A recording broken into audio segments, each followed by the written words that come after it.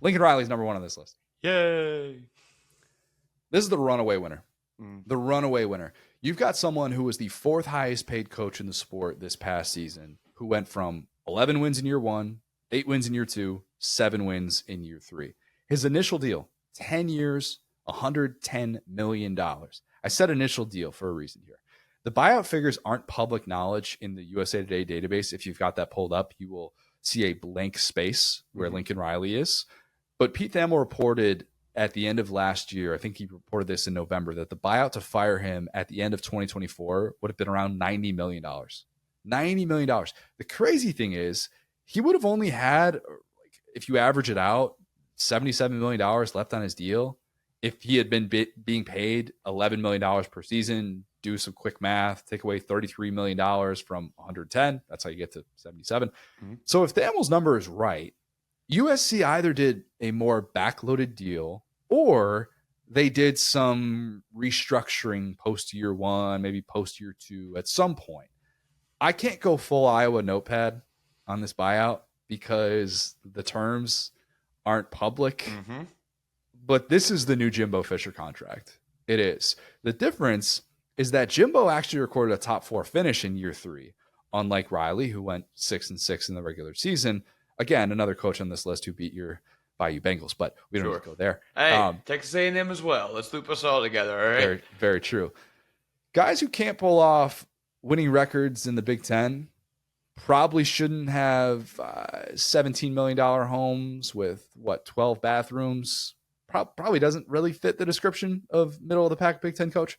This contract is aging like an avocado. It just is. Or rather, this contract is aging like Lincoln Riley's warped brisket. There was an interesting development, though. Well, there was maybe a point where this was a good thing. Lincoln Riley's brisket, I don't think ever got off the ground.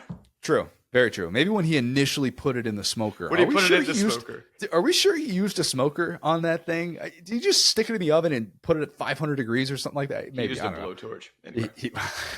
Got to get the marks on it. It's really important. There was an interesting development, though. And file this away because I have never brought this up on this show. And I need to bring it up more often as we talk about Lincoln Riley's job security moving forward. USC got hit with probation last season for having too many analysts engaging in coaching activities in 2022 and 2023. Now, if you recall, they opened it up in 24, and that is no longer against the rules. Mm-hmm. And now they got Rob Ryan. Right? Matt Hayes wrote about this, and I was reading this column earlier today. USC could have fired Lincoln Riley with cause last year and paid none of that buyout. It didn't do that. It didn't do that at the end of year 3 because you want to make sure that your big time 9-figure investment isn't 3 and out. That's not when you want to be 3 and out. It's not.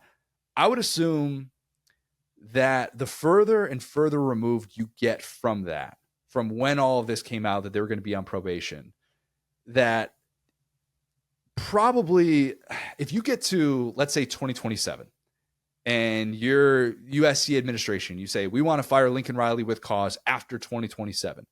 Lincoln Riley would absolutely take you to court and say, if this was truly why I was fired, why didn't it happen in 24? That doesn't mean Lincoln Riley would win. That doesn't mean they would even settle. But it is an added layer to where even if that card is ever played, it's going to be a bad look for all parties involved, which further adds to why this is the worst contract in college football. We hate the NCAA, so we will kind of go backward and explain. Will Wade is a great example, right?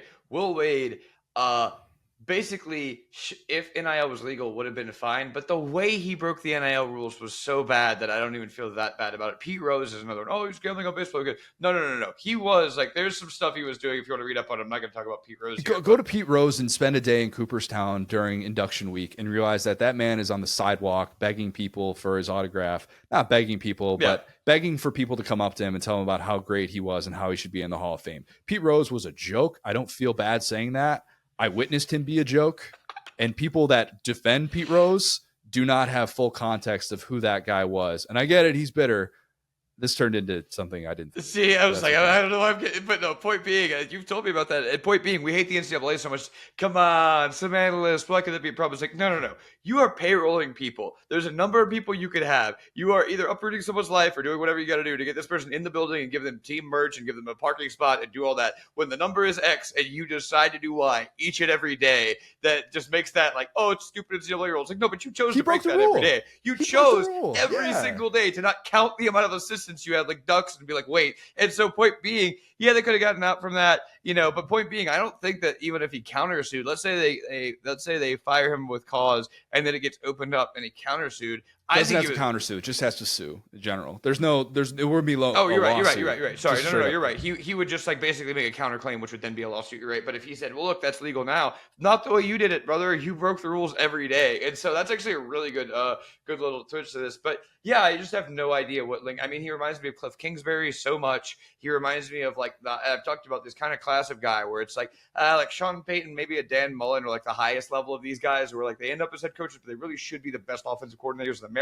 But that's not how this works. So you got to pay guys a certain amount of money, and so he just ends up being head coach, even though he doesn't really want any of that responsibility. So clearly, he does not want to manage and be a leader of men. He's the opposite of Dabo Swinney. And so point being, I just think that like where USC is positioned, who Lincoln Riley is as a human being, I don't think it's going anywhere positive. And to know that they could have gotten out from under that when they'd already, gone through a lot of the tumultuous stuff, they already gone through. Yeah, they had some pretty solid years, but I think at USC you got to have a little bit of shame and think, all right, well, we clearly are not trending in the right direction. Even coming into this year, it was pretty clear that like, hey, man, we both thought LSU were going to beat them. Anyway, so point being, I think that like I don't know how they get better from here, because what Lincoln Riley lacks is a person off the field, and I hate to just generalize a guy, but it's toughness, right? You see the way he handled the transition into the USC job, the way he handled, the comments after they lost to Oklahoma State and all that different stuff. He just is not a guy who conveys do your job, toughness, all that. And that's what his team's lack, and that's what the Big Ten's about now, man.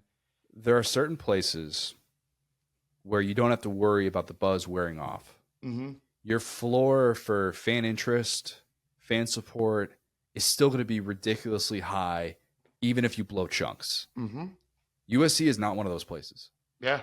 USC is a place that can look up at an empty stadium and go, we've got $70 million that we still owe that head coach that is responsible for the current optics that you are seeing.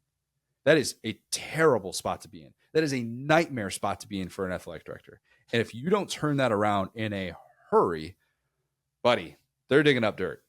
They're digging up dirt, and they're finding some way to say, we got to find a way to get out of this. You cannot afford to not capitalize on this window and to capitalize on this transition to the Big Ten. Whether or not Lincoln Riley would have signed up for this job if he knew that the transition to the Big Ten was going to be part of it, that's debatable. Okay, we could say that he escaped the SEC. We could say that. But the reality is, it's only on him.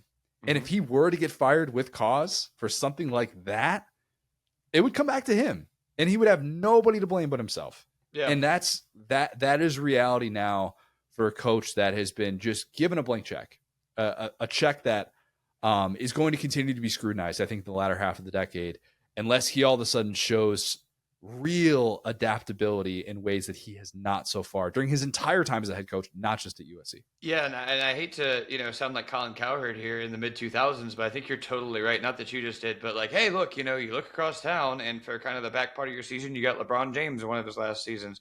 You got Shohei Ohtani on the front end of your season. The whole time you have the LA Rams who just won a Super Bowl. So having the imagery of USC and like kind of an empty stadium. Lincoln Riley used to be this kind of like young, passionate guy that is kind of just wilting in front of our eyes. Is just so, I mean, he deserves it. So it's not like I feel bad for him, but it is a sad visual. And I think if you're USC and you found, you found some success in other programs and stuff, I think that you have to kind of say, what actually are we here? Yeah, maybe we're not expecting Pete Carroll, because like those teams drew, the Reggie Bush teams, the Matt Leinart team, people were watching that in LA, despite having, some Kobe and Shaq overload or like overlap, some of the Dodgers stuff overlapping. They had some great teams, but this team is just not fun to watch. It's just a goofy, soft, boring team. Different era, better coach. Yeah.